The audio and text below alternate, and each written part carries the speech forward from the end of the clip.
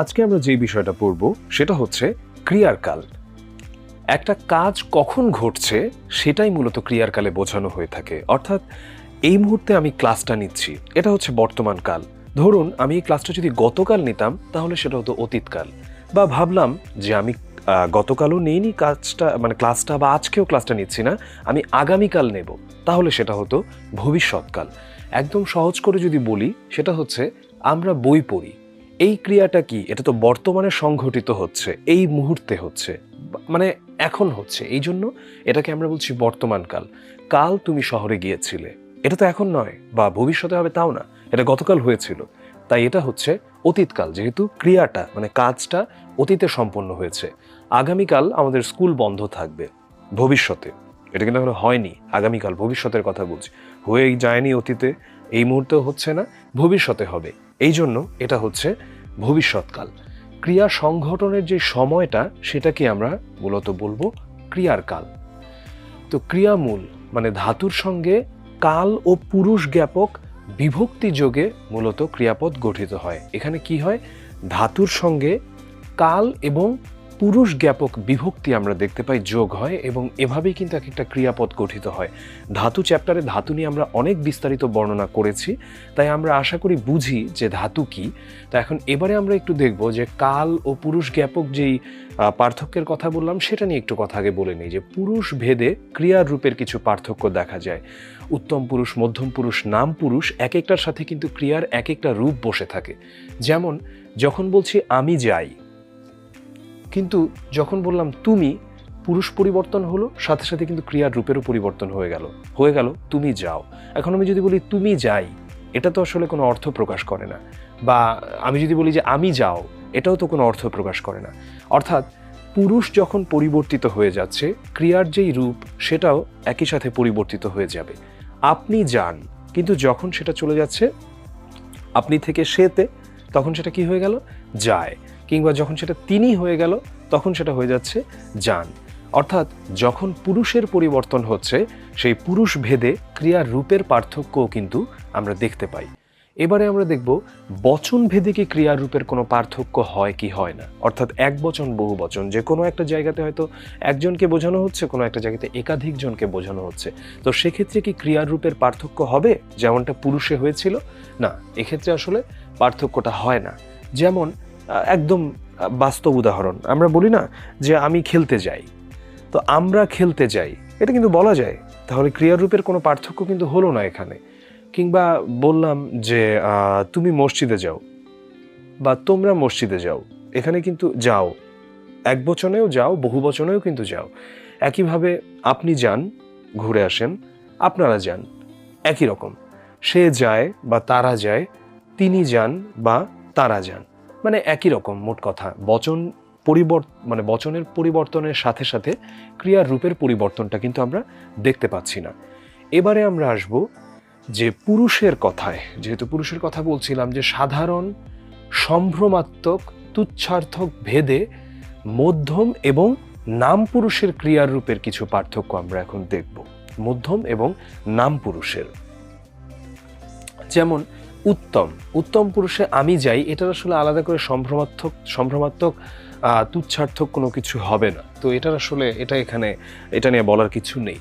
মধ্যম পুরুষে যখন যাচ্ছি, যখন সাধারণ অর্থে বলছি তুমি যাও বা তোমরা যাও, এটা যখন আমি সম্ভ্রমাত্মক সম্মান দিয়ে বলছি, আর এমন আপনি যান বা আপনারা যান এরকম, বা আমি যখন তুচ্ছার্থক বা ঘনিষ্ঠার্থেও এটা হতে পারে, তখন সেটা কেমন হয়ে যাচ্ছে? তুই যা, তোরা যা। তাহলে আমরা কিন্তু এখানে দেখতে পাচ্ছি প্রতিটা জায়গায় কিন্তু ক্রিয়াপদটা পরিবর্তিত হয়ে যাচ্ছে।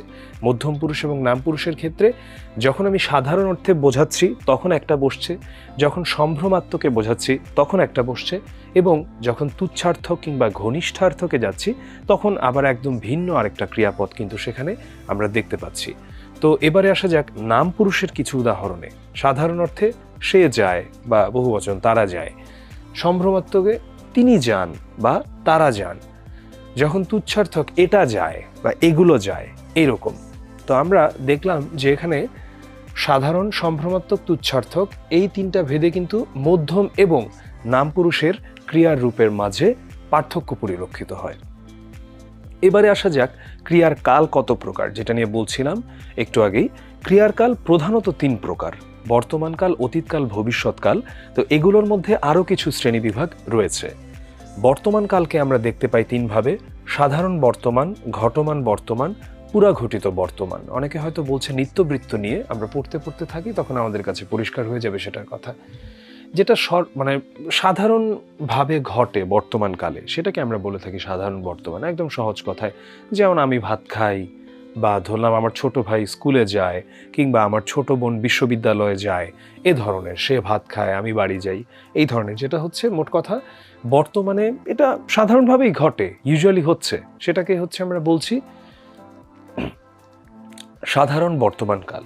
এবারে আমরা যাচ্ছি যে নিত্যবৃত্ত বর্তমানকালটা কি। ওখানে যদি আমি আলাদা করে লিখিনি, তো নিত্যবৃত্ত বর্তমানকালটা হচ্ছে যখন আমরা কোনো অভ্যস্ততা বোঝাই। আমরা আসলে ক্রিয়ার কাল পড়ছি, কিন্তু আমার মনে হয় আমরা ছোটবেলা থেকে ক্রিয়ার কালের চেয়ে সবাই অনেক বেশি পড়ে এসেছি টেন্স, মানে ইংরেজিতে যখন আমরা পড়েছি আর কি। তো এটা হচ্ছে আসলে এটারই বাংলা ভার্সন, মানে এটার সাথে অনেক মিল আছে। সবগুলো 100% মিলে যাবে না, বাট মানে অনেকটুকুই মিল আছে। তো স্বাভাবিকতা বা অভ্যস্ততা যখন আমরা বুঝাই, সেটাকে হচ্ছে আমরা বলি নিত্যবৃত্ত বর্তমান। যেমন স্বাভাবিকতা, এটাকে অনেকটা চিরন্তন সত্যের সাথেও তুলনা করা যায়। যেমন সন্ধ্যায় সূর্য অস্ত যায়, তো এটা তো একটা স্বাভাবিক ব্যাপার। কিংবা আমি যদি বলি যে মানে এ ধরনেরই, কিংবা পৃথিবী সূর্যের চারিদিকে ঘুরছে, এ ধরনের, যেটা হচ্ছে একটা স্বাভাবিক কোনো একটা ঘটনা বা কোনো একটা কাহিনী যেটা ঘটছে, সেটাকে আমরা বলবো নিত্যবৃত্ত বর্তমান। আর অভ্যস্ততার ব্যাপারটা কি? ধরুন আপনি প্রতিদিন সকালে ঘুম থেকে উঠেই আপনার দাঁত ব্রাশ করেন, তো এটা হচ্ছে আপনার একটা অভ্যেস। তো এটাকে হচ্ছে আপনি অভ্যস্ততা বলতে পারেন। কিংবা ধরুন আপনি আপনার স্কুলে সবসময়, মানে যখন আপনি আসলে, আমি যদি বর্তমানের কথাটা বলি, ধরুন আপনি আপনার কোনো একটা কাজে একটা জায়গাতে সবসময় আপনি সাইক্লিং করে যান, তো এটা হচ্ছে আপনার একটা অভ্যেস। তো এইটাকে হচ্ছে আমরা বলতে পারি নিত্যবৃত্ত বর্তমানের মধ্যে। আমি রোজ সকালে হাঁটতে যাই, এটা একটা অভ্যেস, অভ্যস্ততা। আচ্ছা আচ্ছা আচ্ছা, ঝামেলা হয়েছে আর কি, আমরা বলতেছিলাম অনেক জায়গায় থামা হয়েছে এর জন্য। তাহলে তো পুরো স্লাইডটা করতে হবে। তো তুমি কেটে নিতে পারবে তো এখান থেকে? আচ্ছা ঠিক আছে। এই কই গেল? হ্যাঁ ঠিক আছে, সরি। হ্যাঁ, রোলিং 3 2 1 অ্যাকশন। বর্তমানকালের যে স্বাভাবিকতা বা অভ্যস্ততা, এটা যখন বোঝায় তখন আমরা সেটাকে বলবো নিত্যবৃত্ত বর্তমান। তো এই স্বাভাবিকতাটা কি? স্বাভাবিকতাটাকে অনেকটা চিরন্তন সত্যের সাথে ধরা যায়। যেমন সন্ধ্যায় সূর্য অস্ত যায়, কিংবা পৃথিবী সূর্যের চারিদিকে ঘুরছে। তো এই যে স্বাভাবিক একটা ব্যাপার, এটাকে আমরা বলবো নিত্যবৃত্ত বর্তমান। নিত্যবৃত্ত বর্তমানের আরেকটা উদাহরণ হতে পারে, সেটা হচ্ছে অভ্যেস। যেমন আমরা অনেক সময় অনেক কিছু নিয়ে অভ্যস্ত থাকতে পারি না। ধরুন আপনি প্রতিদিন সকালে ঘুম থেকে উঠে প্রথমেই আপনি দাঁত ব্রাশ করেন, তো এটা হচ্ছে আপনার একটা অভ্যেস। কিংবা আপনি রোজ সকালে হাঁটতে বের হন, এটা হচ্ছে আপনার একটা অভ্যেস। তো এই অভ্যস্ততাটাও যখন বোঝায়, যেমন আমি রোজ সকালে হাঁটতে যাই, এটা হচ্ছে নিত্যবৃত্ত বর্তমানের একটা উদাহরণ। এবার আমরা নিত্যবৃত্ত বর্তমানের কিছু বিশিষ্ট প্রয়োগ দেখব। স্থায়ী সত্য প্রকাশে, যেমন এটা সবসময় সত্য, এটা আসলে মিথ্যা হবার কোনো সুযোগ নেই। 4 আর 3 7 হয়, এটা আমরা জানি, এটা তো একটা স্থায়ী সত্য। 4 আর 3 তো 7ই হবে, 5 আর 4 তো 9ই হবে। ঐতিহাসিক বর্তমান, এটা হচ্ছে অতীতের কোনো একটা ঘটনা, কিন্তু আমরা যখন দেখি যেটা যখন বর্ণনা করছে, সেটা সাধারণ বর্তমানকালের যে ক্রিয়ার রূপ, সেটা এখানে ব্যবহৃত হচ্ছে। তো এটাকে আমরা বলবো ঐতিহাসিক বর্তমানকাল। তো যেমন এখানে যেই উদাহরণটা আমি দিয়েছি, বাবরের মৃত্যুর পর হুমায়ুন দিল্লির সিংহাসন আরোহণ করেন, তো এটা কিন্তু এখানে ক্রিয়ার কাল কিন্তু ব্যবহার করলাম আমরা বর্তমানকালের, কিন্তু ঘটনাটা কি কোনো বর্তমানে ঘটেছে? এটা তো বহু আগে ঘটা একটা কাহিনী। তো এই ধরনের বিশিষ্ট প্রয়োগ যখন আমরা দেখতে পাই, সেটাকে আমরা বলবো ঐতিহাসিক বর্তমান। মানে এটা আসলে একটা বিশিষ্ট প্রয়োগ নিত্যবৃত্ত বর্তমানকালের। এবার আসবো কাব্যের ভণিতায়। তো কাব্যের ঢঙে অনেক সময় বলা হয়, যেমন মহাভারতের কথা অমৃত সমান, কাশিরাম দাস ভনে শুনে পুণ্যবান। অনিশ্চয়তা যখন আমরা প্রকাশ করি একটা কিছু নিয়ে, কে জানে দেশে আবার সুদিন আসবে কিনা, তো এই যে এখানে অনিশ্চয়তাটা প্রকাশ হচ্ছে, এটাও নিত্যবৃত্ত বর্তমানের একটা বিশিষ্ট প্রয়োগ। যদি, যখন, যেন এই শব্দগুলোর প্রয়োগে অতীত ও ভবিষ্যৎ কাল জ্ঞাপনের জন্য সাধারণ বর্তমান কালের ব্যবহার করা হয়। আমরা এটা মনে রাখবো যে যদি, যখন, যেন এই শব্দগুলোর প্রয়োগে অতীত কিংবা ভবিষ্যৎ কাল সেটা বোঝানোর জন্য কিন্তু সাধারণ বর্তমান কালের ব্যবহার করা হয়। যেমন দেখুন, বৃষ্টি যদি আসে আমি বাড়ি চলে যাব। এই যে বৃষ্টি যদি আসে, তো বৃষ্টি তো বর্তমানে আসছে না, বৃষ্টি যদি ভবিষ্যতে আসে তাহলে আমি বাড়ি চলে যাব। কিন্তু এখানে যখন আমরা দেখছি আসে ব্যবহার করছে, এখানে কিন্তু ব্যবহার করা হচ্ছে বর্তমান কালের একটা ক্রিয়ার রূপ। এটা আমরা লক্ষ্য করব যদি, যখন, যেন এগুলোর ক্ষেত্রে যখন অতীত এবং ভবিষ্যৎ বোঝানো হয়। এবারে সাধারণ বর্তমান কালের কিছু বিশিষ্ট প্রয়োগের দিকে লক্ষ্য করা যাক। যখন আমরা অনুমতি প্রার্থনা করি, অনেক ভবিষ্যৎকালের অর্থে আর কি, এখন তবে আসি, তো এটাও কিন্তু একটা বিশিষ্ট প্রয়োগ। বা কোনো একটা প্রাচীন লেখকের উদ্ধৃতি দিতে, এটাও কিন্তু অতীতকালের অর্থে। যেমন চণ্ডীদাস বলেন সবার উপরে মানুষ সত্য। চণ্ডীদাস বলেন সবার উপরে মানুষ সত্য। চণ্ডীদাস কি এটা আজ বলে গিয়েছেন? চণ্ডীদাস এটা কবে বলে গিয়েছেন? বহু বহু আগে চণ্ডীদাস এটা বলে গিয়েছেন। কিন্তু আমরা কিন্তু এই অতীতকালের অর্থটাকে বোঝাচ্ছি এখানে, কিন্তু ব্যবহার করছি সাধারণ বর্তমান, যেমন আগেরটাতে ছিল ভবিষ্যৎকালের অর্থে। এবারে আসি যে বর্ণিত বিষয় প্রত্যক্ষীভূত করতে, মানে একটা যেই বিষয়টা নিয়ে কথা বলছি সেই বিষয়টা হচ্ছে আমি দেখেছি, প্রত্যক্ষ করেছি, সেটা আর কি। আমি দেখেছি বাচ্চাটি রোজ রাতে কাঁদে। এই যে এখানেও কিন্তু অতীতের স্থলেই বোঝানো হলো, আমি দেখেছি বাচ্চাটি রোজ রাতে কাঁদে।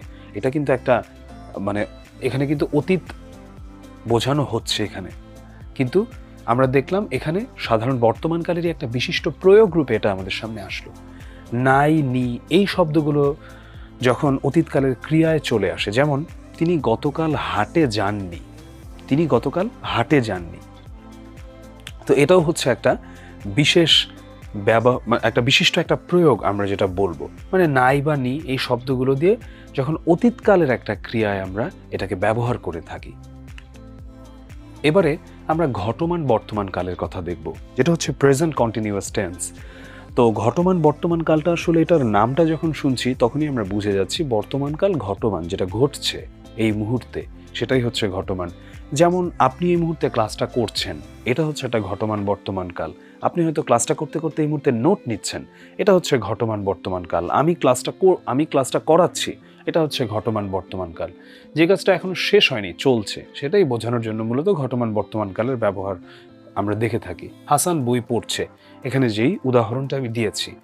তো এটার কিছু বিশিষ্ট প্রয়োগ নিয়ে আসলে আমরা দেখব। আসলে প্রতিযোগিতামূলক পরীক্ষাগুলোতে মূলত বিশিষ্ট প্রয়োগগুলো থেকেই প্রশ্ন বেশি এসে থাকে, যেটা একদম সহজ, মানে একদম সহজ প্রশ্ন আসলে খুব একটা আসে না, যে ঘটমান বর্তমান কোনটাকে বলে বা ঘটমান বর্তমানের একদম সিম্পল একটা সংজ্ঞা, এগুলো কিন্তু আসলে আসে না। আলটিমেটলি আসবে আমাদের বিশিষ্ট প্রয়োগ বা এক্সেপশনাল যে প্রশ্নগুলো আছে, তো সেগুলোই কিন্তু আমাদের কাছে ঘুরে ফিরে প্রত্যেক বছর এসে থাকে। বক্তার প্রত্যক্ষ উক্তিতে ঘটমান বর্তমানকাল ব্যবহৃত হয়। আমরা যদি উক্তি পড়ে থাকি আমরা জানি কোনটা প্রত্যক্ষ উক্তি এবং কোনটা পরোক্ষ উক্তি। তো প্রত্যক্ষ উক্তির ক্ষেত্রে আমরা দেখব ঘটমান বর্তমানকালের ব্যবহার। বক্তা বললেন দেশ আজ বিপন্ন, দিকে দিকে আগুন জ্বলছে।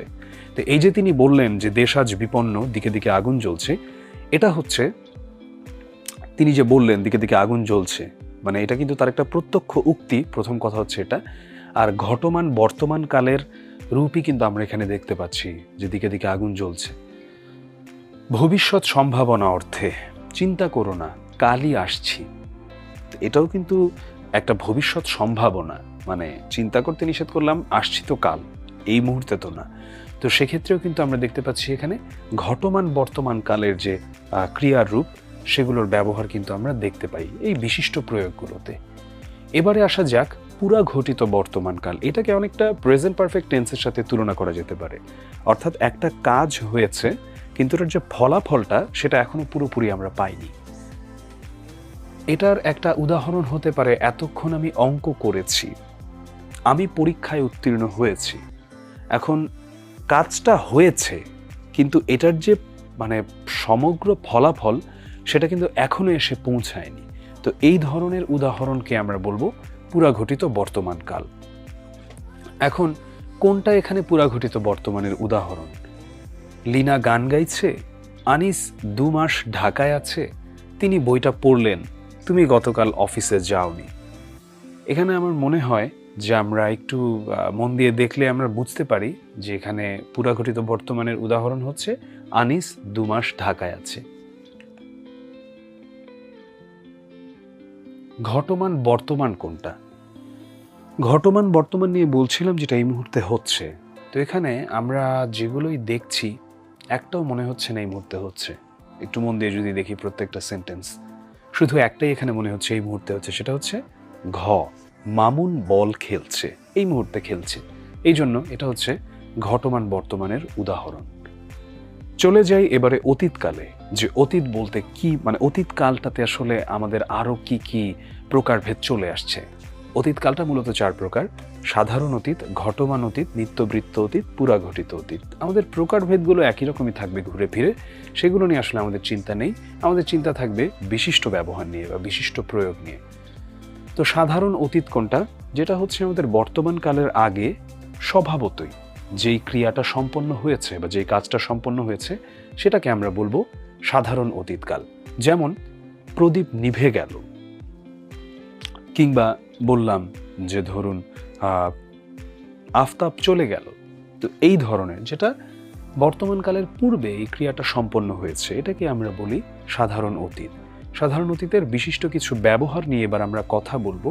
যেমন পুরাঘটিত বর্তমানের জায়গায়, পুরাঘটিত বর্তমানের জায়গায় কেমন? এক্ষণে জানিলাম কুসুমে কীট আছে। কেমন বললাম যে এক্ষণে জানিলাম কুসুমে কীট আছে। এটা কিন্তু সাধারণ অতীতের একটা ব্যবহার, বিশিষ্ট ব্যবহার, কিন্তু জিনিসটা কিন্তু বসেছে পুরাঘটিত বর্তমানের মতো করে। বিশেষ ইচ্ছা অর্থে বর্তমানকালের পরিবর্তে, মানে যখন কোনো একটা বিশেষ ইচ্ছা আমরা পোষণ করব, তো তখন বর্তমানকালের পরিবর্তে আমরা এই ধরনের বিশিষ্ট প্রয়োগ দেখতে পাবো। তোমরা যা খুশি করো, আমি বিদায় হলাম। এই যে তোমরা যা খুশি করো, আমি বিদায় হলাম, তো এখানেও কিন্তু যেটা হচ্ছে যে বর্তমানকালের পরিবর্তেই এটা কিন্তু আসছে এখানে একটা বিশেষ ইচ্ছা হিসেবে, এবং এটা কিন্তু একটা বিশিষ্ট ব্যবহার হিসেবে আমরা পাচ্ছি এখানে সাধারণ অতীতের।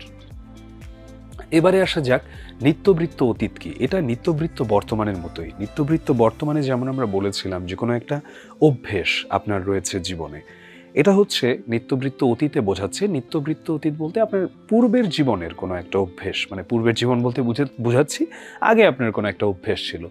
ধরুন কেউ একজন সিগারেট খেত, ধূমপান করত, তো এখন আর তিনি ধূমপান করেন না। এই যে তিনি ধূমপান করতেন, তার এই অভ্যেসটা কিন্তু ছিল। এটা হচ্ছে আমরা বলতে পারি নিত্যবৃত্ত অতীতের একটা উদাহরণ হতে পারে। আমি কাজটি করতাম, কাজটি তিনি করতো ওই সময়, হয়তো এখন আর তিনি করেন না। আমরা তখন রোজ সকালে যে নদীর তীরে যেতাম, আমরা তখন রোজ সকালে দৌড়াতাম। তো এই যে এই ধরনের কথাগুলো, মানে তখন এটা করতাম আমরা, তখন এই অভ্যেসটা ছিল, কিন্তু এখন কিন্তু ওই অভ্যেসটা নেই। নিত্যবৃত্ত অতীতের কিছু বিশিষ্ট ব্যবহার আমরা এখানে দেখব। যেমন কামনা প্রকাশে, মানে আজ যদি এটা হতো, আজ যদি ওটা হতো, এই ধরনের। আজ যদি আফতাব আসতো কেমন মজা হতো, এরকম নিত্যবৃত্ত অতীত কিন্তু এটা। তারপরে মানে আমি বলবো যে আমি আশা করছি যে যদি এটা হতো, আসতো, তাহলে কেমন মজা হতো। আজ যদি তিনি বেঁচে থাকতেন কতই না সুখ থাকতো, এই ধরনের কথাবার্তা। অসম্ভব কল্পনাটা কেমন? 44 হতো যদি 144। এটা কিন্তু আমরা এ ধরনের লেখা অনেক সময় কবিতায় দেখি, বা অনেক সময় অন্যান্য লেখাতেও দেখি, কথাতেও আমরা দেখি। এখন 44 হতো যদি 144। কথা হচ্ছে যে 44-এর কি 144 হওয়া সম্ভব? এটা তো সম্ভব না। এটা হচ্ছে একটা অসম্ভব একটা কল্পনা। তো এই ধরনের বিশিষ্ট প্রয়োগও আমরা দেখতে পাই নিত্যবৃত্ত অতীতের ক্ষেত্রে। এবারে আমরা ঘটমান অতীত নিয়ে বলি। খুবই সহজ। ঘটমান বর্তমানটাতে যেমন দেখেছি এই মুহূর্তে কাজ ঘটছে, ঘটমান অতীতেও একইভাবে অতীতে একটা কাজ ঘটছিল, এটা বোঝালে আমরা সেখানে ঘটমান অতীতের ব্যবহার করতে পারি বা ঘটমান অতীতের ব্যবহারটা দেখতে পাই। তো অতীতের যে কাজটা চলছিল, তো সেই সময়ের কথাটা যখন বলা হয় এবং কাজটা কিন্তু তখন সমাপ্ত হয়নি, সেটাকে হচ্ছে ঘটমান অতীত আমরা বলে থাকি। যেমন আমরা তখন বই পড়ছিলাম, বা মানে বললাম যে আয়মান ভাই তখন ফুটবল খেলছিল, তো এখন কাজটা কিন্তু শেষ হয়নি, কাজটা হচ্ছে চলছে ওই সময়টাতেও। কাল বিকেলে বৃষ্টি পড়ছিল। এই যে আমি যেই সময়টার বর্ণনা করছি, ওই সময় কিন্তু বৃষ্টিটা পড়ছে, তখনও ক্রিয়াটা কিন্তু চলছে, শেষ হয়নি। আমি কাজটি করছিলাম, এই ধরনের এগুলো আমরা ঘটমান অতীতে দেখতে পাই। আর পুরাঘটিত অতীত, এখন পুরাঘটিত অতীতটা কোথায়? অতীতে যেই ক্রিয়াটা সংঘটিত হয়ে গেছে এবং যার পর আরও অনেক ঘটনা ঘটে গেছে, সেটাকে আমরা পুরাঘটিত অতীতকাল বলবো। তো এখন এই যে পুরাঘটিত অতীতকালের কথা বলছিলাম, যে অতীতে একটা ঘটনা ঘটে গেছে এবং এরপরে আরও ঘটনা ঘটে গেছে, এরকম। তো এখন সেটার আমরা মানে বলতে পারি যে এখানে আমি যে উদাহরণটা দিয়েছি, যে সেবার তাকে সুস্থই দেখেছিলাম, খাওয়ার আগে আমি কাজটি করেছিলাম। এখানে খাওয়ার আগে আমি কাজটি করেছিলাম মানে মোট কথা যে আমি যখন অতীতের একটা ঘটনার কথা বলছি এবং তারপরে মানে আরও অনেক ঘটনা ঘটে গেছে, এই ধরনের ক্ষেত্রেই হচ্ছে আমরা দেখতে পাবো পুরাঘটিত অতীতের ব্যবহার। তো এটার অতীতে সংঘটিত ঘটনার কিছু নিশ্চিত বর্ণনায়, যেমন পানিপথের তৃতীয় যুদ্ধে 1,00,000 সৈন্য মারা গিয়েছিল। এই যে বললাম পানিপথের তৃতীয় যুদ্ধে 1,00,000 সৈন্য মারা গিয়েছিল, তো এই অতীতের যে ঘটে যাওয়া ঘটনাটা, এটা কিন্তু একটা নিশ্চিত বর্ণনা। তো এক্ষেত্রেও হচ্ছে আমরা পুরাঘটিত অতীতের ব্যবহার আমরা দেখতে পাই। অতীতে সংঘটিত ক্রিয়ার পরম্পরা বোঝাতে শেষ ক্রিয়াপদে পুরাঘটিত অতীতকালের প্রয়োগ হয়। একদম সহজভাবে বুঝাই, সেটা হচ্ছে যে অতীতে যেই ক্রিয়াটা ঘটেছে, মানে ধরলাম অতীতে কয়েকটা ক্রিয়া ঘটেছে, পরম্পরা বলতে ধরলাম একের পর এক, তো সেখানে যে শেষ ক্রিয়াপদটা, সেটাকে হচ্ছে আমরা পুরাঘটিত অতীতকালের প্রয়োগ দেখতে পাবো সেটার মধ্যে। তো অতীতে কয়েকটা ক্রিয়া, সেই ক্রিয়ার পরম্পরায় শেষটাতে বৃষ্টি শেষ হওয়ার পূর্বেই আমরা বাড়ি পৌঁছেছিলাম। বৃষ্টি শেষ হওয়ার পূর্বেই আমরা বাড়ি পৌঁছেছিলাম। তো আমরা তাহলে দেখতে পাচ্ছি এখানে যে শেষ ক্রিয়াপদেই পুরাঘটিত অতীতকালের প্রয়োগটা এখানে এই ক্রিয়ার পরম্পরার মধ্যে। এবারে আমরা পড়ব ভবিষ্যৎকাল নিয়ে। তো ভবিষ্যৎকাল কত প্রকার? এখানে আমরা আসছি আবার 3 প্রকারের: সাধারণ ভবিষ্যৎ, ঘটমান ভবিষ্যৎ এবং পুরাঘটিত ভবিষ্যৎ। তো বলে রাখা ভালো, আমাদের কিন্তু এই ধরনের প্রশ্ন আসবে না যে ভবিষ্যৎকাল কত প্রকার লিখতে, কিংবা মানে সাধারণ, মানে এটা আসলে আমরা জেনে রাখার জন্য জানছি, যেটা আমি বারবার বলছি যে বিশিষ্ট প্রয়োগ অর্থে। আসলে প্রতিযোগিতামূলক পরীক্ষাগুলোতে হয় কি, যে এটা বোঝাটা যেমন গুরুত্বপূর্ণ, তার চেয়েও গুরুত্বপূর্ণ যে আমি ওই পরীক্ষায় যে উত্তর করে আসতে পারছি কিনা।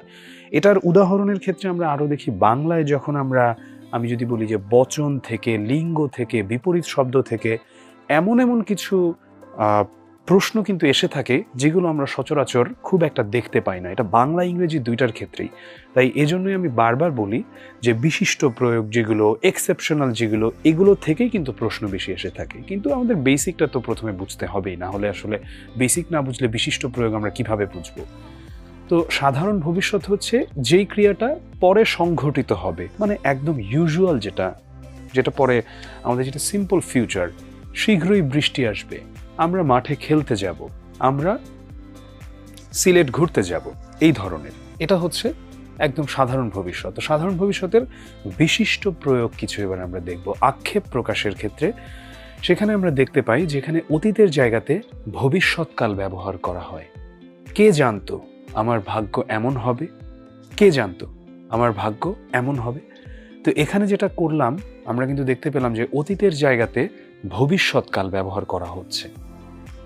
এটা একটা বিশিষ্ট প্রয়োগ, কারণ এটা হচ্ছে আমরা যেটা দেখতে পাচ্ছি যে আক্ষেপ যখন প্রকাশ করা হয় তখন হচ্ছে বলছে যে ধরুন এমন হয়েছে যে গতকাল আমি অনেক চেষ্টা করেছি একটা টিকিট পাওয়ার জন্য, টিকিটটা পেয়েছিও, কিন্তু শেষ পর্যন্ত আমি স্টেশনে যেতে যেতে দেখলাম যে বাস বা ট্রেন যেটাই হোক সেটা ছেড়ে দিয়েছে। এই যে আমি বলছি যে কে জানতো আমার ভাগ্য এমন হবে। তো এখানে আমি ব্যবহার করছি ভবিষ্যৎকালের ক্রিয়ার রূপ, কিন্তু আক্ষেপ প্রকাশটা কিন্তু অতীতের জায়গাতে। এরকম অতীতকালের ঘটনা সম্পর্কিত যে ক্রিয়াপদে সন্দেহের ভাবটা বর্তমান থাকে, তার বর্ণনায় সাধারণ ভবিষ্যৎকালের ব্যবহার করা হয়। অতীতকালের ঘটনা সম্পর্কিত যেই ক্রিয়াপদটাতে সন্দেহের যেই ভাবটা সেটা যখন থাকে, সেটার বর্ণনায় হচ্ছে আমরা এই সাধারণ ভবিষ্যৎকালকে দেখতে পাই। যেমন ভাবলাম তিনি এখন বাড়ি গিয়ে থাকবেন, ভাবলাম তিনি এখন বাড়ি গিয়ে থাকবেন। এখন এটা কিন্তু অতীতকালের ঘটনা সম্পর্কিত, প্রথম কথা হচ্ছে এটা। দ্বিতীয় কথা হচ্ছে এখানে যে সন্দেহের ভাবটা রয়েছে, সেটার বর্ণনায় কিন্তু আমরা সাধারণ ভবিষ্যৎকালের যেই ব্যবহারটা সেটা কিন্তু আমরা দেখতে পাই। ভাবলাম তিনি এখন বাড়ি গিয়ে থাকবেন, এইরকম। এবারে আসি আমরা ঘটমান ভবিষ্যৎ নিয়ে। একই রকম, ঘটমান অতীত আর ঘটমান বর্তমানের মতো কন্টিনিউয়াস হচ্ছে। এটা যে ক্রিয়া সম্ভবত ঘটে, যে কাজ ভবিষ্যৎকালে চলতে থাকবে, তা কালকে ঘটমান ভবিষ্যৎকাল বলে। এখানে আরেকটা কথা আছে, সেটা হচ্ছে যে সম্ভবত ঘটে, এইরকম একটা ব্যাপার এখানে চলে আসে। আচ্ছা, আমরা একদম সহজভাবে যদি মনে রাখি, কাজটা চলতে থাকবে ওই সময়, এটা হচ্ছে কথা। আপনারা পড়তে থাকবেন, আমি মাঠে খেলতে থাকবো। এই যে ভবিষ্যতের কথাটা বলছি, যে আমি মাঠে খেলতে থাকবো, আমি কিন্তু একটা ভবিষ্যৎ কাল নির্দেশ করছি। আমি মাঠে খেলতে থাকবো এখন না, পরে, ভবিষ্যতে, এবং ওই মুহূর্তে কিন্তু কাজটা চলতে থাকবে এমন। আমি ক্লাস নিতে থাকবো, আপনি পড়তে থাকবেন এমন, বা আপনি ম্যাথ করতে থাকবেন। তো এই যে আমি বলছি, মানে ভবিষ্যতে কাজটা কিন্তু চলছে, ঘটমান। এই জায়গাগুলোতে আমরা ঘটমান ভবিষ্যৎটা দেখতে পাই। এবারে আমরা দেখব পুরা ঘটিত ভবিষ্যৎ নিয়ে। যেই কাজটা সম্ভবত ঘটে গিয়েছে, সাধারণ ভবিষ্যৎ কালবোধক শব্দ ব্যবহার করে তা বুঝালে তাকে পুরা ঘটিত ভবিষ্যৎ কাল বলে। অর্থাৎ এখানে ব্যবহার হবে কি, সাধারণ ভবিষ্যৎ কালবোধক শব্দ, আর যেটা সম্ভবত ঘটে গেছে এরকম, তো সেটাকে হচ্ছে আমরা বলবো পুরা ঘটিত ভবিষ্যৎ। যেমন, তুমি হয়তো এ কথা আমাকে বলে থাকবে। লক্ষ্য করুন, এখানে আমি কিসের কালবোধক শব্দ ব্যবহার করছি? সাধারণ ভবিষ্যতের।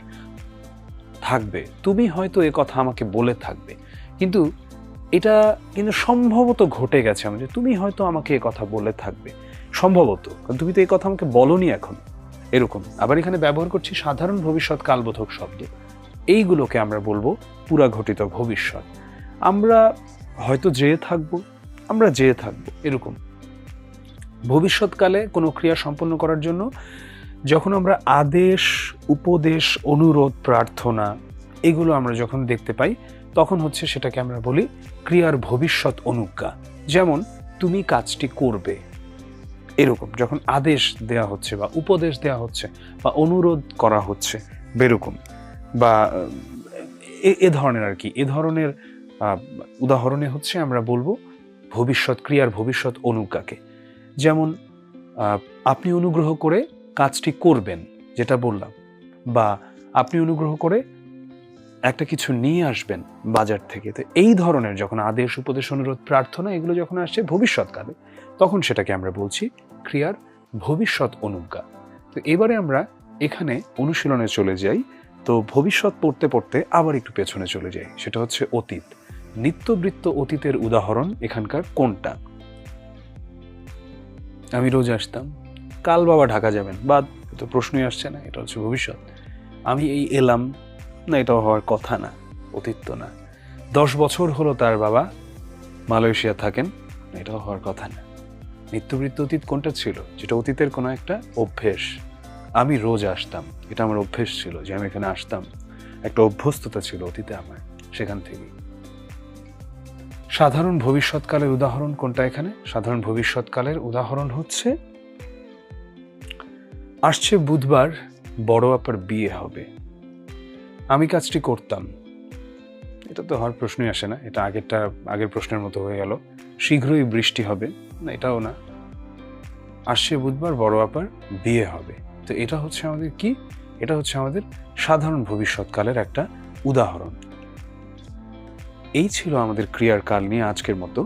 এবং ক্রিয়ার কাল সম্পর্কিত যেই প্রশ্নগুলো আসবে, আমি আশা করি আজকের ক্লাসটা যদি আমরা একটু মনোযোগ দিয়ে করে থাকি, তাহলে আর আমাদের কোনো সমস্যা হবার কথা নয়। এরপরে আমি সবসময় যেটা বলি, যে বাংলা ব্যাকরণ আমরা যেখান থেকেই পড়ি না কেন, আমরা যেই গাইড বই বাজারের বা আমাদের এই কোর্সের যা সাপ্লিমেন্ট, যেটাই আমরা ফলো করি না কেন, একটা বই আমরা সবসময় হাতের কাছে রাখবো, সেটা হচ্ছে ক্লাস 9-10-এর যে ব্যাকরণ বইটা। এবং এখন সেটা পরিবর্তিত হয়েছে, আমরা এখনকারটা নিব না, আমরা নিব আগের যে ভার্সনটা রয়েছে। তো এটাকে আসলে বাইবেল বলা যায় বাংলা ব্যাকরণের জন্য। তো এই বইটা আমরা একটু লক্ষ্য রাখবো। এবং প্রতিযোগিতামূলক পরীক্ষায় প্রশ্ন আসে, কিন্তু ওই বইয়ে এটা নেই এমন প্রশ্ন খুব কমই আসে। বলবো না এমন প্রশ্ন নেই, কিন্তু অন্তত ওই বইটা যদি কেউ ভালো মতো পড়ে থাকে, তাহলে এটা আমি মনে করি যে ক্রিয়ার কাল কেন, ব্যাকরণের যেই অধ্যায় থেকেই প্রশ্ন করা হোক না কেন, অনায়াসেই সেটা উত্তর করে আসা যাবে যে কোনো প্রতিযোগিতামূলক পরীক্ষায়। সবার জন্য রইল অনেক অনেক শুভকামনা।